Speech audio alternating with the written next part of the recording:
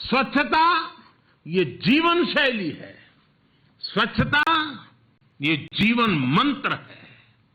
और जैसे सुबह उठते ही दांतों को साफ करने की आदत होती है ना, वैसे ही साफ सफाई को हमें अपने जीवन का हिस्सा बनाना ही होगा।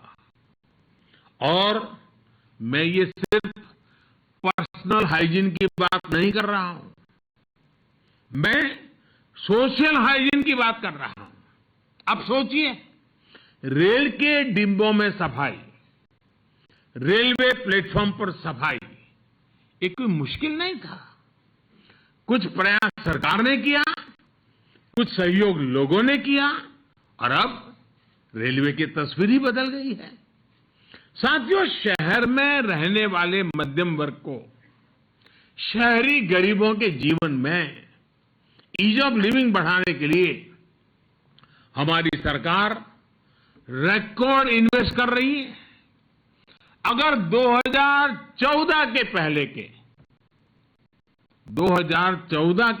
के 7 सालों की बात करें, 7 वर्षों की बात करें, तो शहरी विकास मंत्रालय के लिए 1.25 लाख करोड़ के आसपास का बजट ही आवंटित किया गया था। 7 साल में 1.25 लाख, जबकि हमारी सरकार के 7 वर्षों में शहरी विकास मंत्रालय के लिए करीब करीब 4 लाख करोड़ रुपए का बजट आवंटित किया गया। ये इन्वेस्टमेंट शहरों की सफाई, वेस्ट मैनेजमेंट, नए सीवेज ट्रीटमेंट प्लांट बनाने पर हुआ है। इस इन्वेस्टमेंट से शहरी गरीबों के लिए घर, नए मेट्रो रूट और स्मार्ट सिटी से जुड़े प्रोजेक्ट पूरे हो रहे हैं। हम भारतवासी अपने लक्ष्य प्राप्त कर सकते हैं, इसका मुझे पूरा भरोसा है। स्वच्छ भारत मिशन और मिशन अमृत की स्पीड और स्केल दोनों ही ये भरोसा और बढ़ाती है। आज भारत हर दिन करीब 1 लाख टन वेस्ट प्रोसेस कर रहा है। 2014 में जब देश ने अभियान शुरू किया था, तब देश में हर दिन पैदा होने वाले वेस्ट का 20% से भी कम प्रोसेस होता था। आज हम करीब करीब 70% डेली वेस्ट प्रोसेस कर रहे हैं। 20 से 70 तक पहुंचे हैं, लेकिन अब हमें इसे 100% तक, 100% तक लेकर जाना ही जाना है। और ये काम केवल वेस्ट डिस्पोजल के जरिए नहीं होगा, बल्कि वेस्ट टू वेल्थ क्रिएशन के जरिए होगा। इसके लिए देश ने हर शहर में 100% वेस्ट सेग्रीगेशन के साथ साथ इससे जुड़ी आधुनिक मटेरियल रिकवरी फैसिलिटीज बनाने का लक्ष्य तय किया है। इन आधुनिक फैसिलिटीज में कूड़े कचरे को छांटा जाएगा, रिसाइकिल हो पाने वाली चीजों को प्रोसेस किया जाएगा, अलग किया जाएगा। इसके साथ ही शहरों में बने कूड़े के पहाड़ों को प्रोसेस करके पूरी तरह समाप्त किया जाएगा। और हरदीप जी,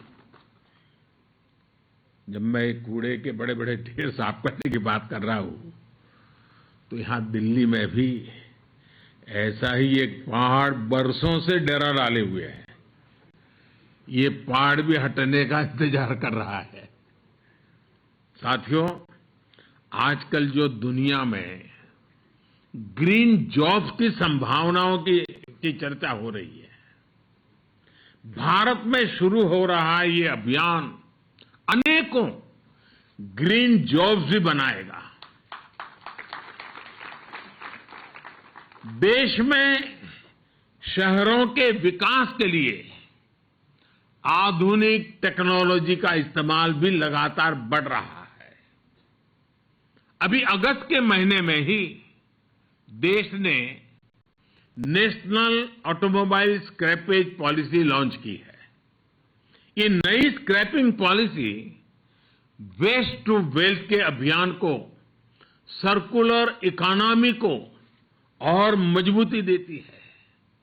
ये पॉलिसी देश के शहरों से प्रदूषण कम करने में भी बड़ी भूमिका निभाएगी। इसका सिद्धांत है रीयूज, रिसाइकल और रिकवरी। सरकार ने सड़कों के निर्माण में भी वेस्ट के उपयोग पर बहुत ज्यादा जोर दिया है। जो सरकारी इमारतें बन रही हैं, सरकारी आवास योजनाओं के तहत जो घर बनाए जा रहे हैं, उनमें भी रिसाइकलिंग को प्रोत्साहित किया जा रहा है। साथियों, स्वच्छ भारत और संतुलित शहरीकरण को एक नई दिशा देने में राज्यों की बहुत बड़ी भागीदारी रही है। अभी हमने कई साथी मुख्यमंत्रियों का संदेश भी सुना है। मैं देश की प्रत्येक राज्य सरकार का आज विशेष आभार व्यक्त करता हूं। सभी राज्यों ने अपने शहरों की बेसिक जरूरतों को एड्रेस किया। वाटर सप्लाई से लेकर सैनिटेशन तक के लिए प्लानिंग की। अमृत मिशन के तहत 80,000 करोड़ से ज्यादा के प्रोजेक्ट्स पर काम चल रहा है। इससे शहरों के बेहतर भविष्य के साथ साथ युवाओं को नए अवसर भी मिल रहे हैं। पानी का कनेक्शन हो, सीवर लाइन की सुविधा हो, अब हमें इन सुविधाओं का लाभ भी 100% शहरी परिवारों तक पहुंचाना है। हमारे शहरों में सीवेज वाटर ट्रीटमेंट बढ़ेगा तो शहरों के जल संसाधन स्वच्छ होंगे, हमारी नदियां साफ होंगी। हमें इस संकल्प के साथ आगे बढ़ना होगा कि देश की किसी भी नदी में थोड़ा सा भी पानी बिना ट्रीटमेंट के ना गिरे, कोई गंदा नाला नदी में न गिरे। साथियों, आज शहरी विकास से जुड़े इस कार्यक्रम में मैं किसी भी शहर के सबसे अहम साथियों में से एक की चर्चा अवश्य करना चाहता हूं। ये साथी है हमारे रेहड़ी पटरी वाले, ठेला चलाने वाले, स्ट्रीट वेंडर्स। इन लोगों के लिए पीएम स्वनिधि योजना एक आशा की नई किरण बनकर आई है। आजादी के दशकों बाद तक हमारे इन साथियों की सूद नहीं ली गई थी।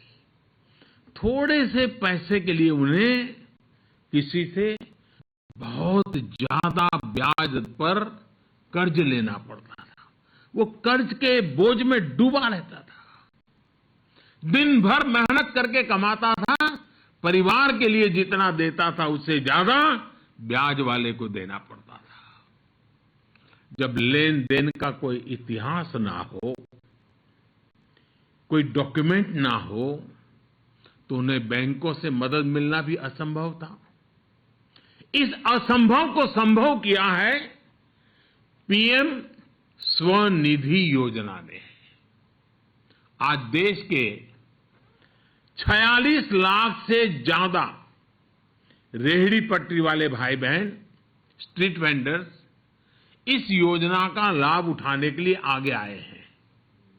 इनमें से 25 लाख लोगों को करीब करीब 2,500 करोड़ रुपए दिए भी जा चुके हैं।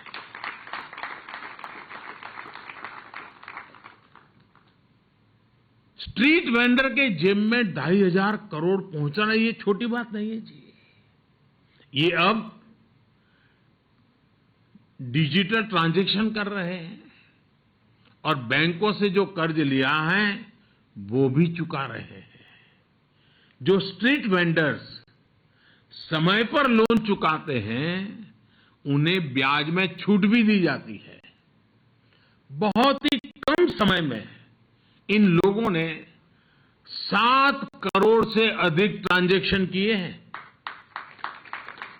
कभी कभी हमारे देश में बुद्धिमान लोग कह देते हैं कि गरीब आदमी को ये कहां से आएगा, ठीक है, यही लोग हैं जिन्होंने करके दिखाया है। यानी पैसे देने या लेने के लिए 7 करोड़ बार कोई न कोई डिजिटल तरीका अपनाया है।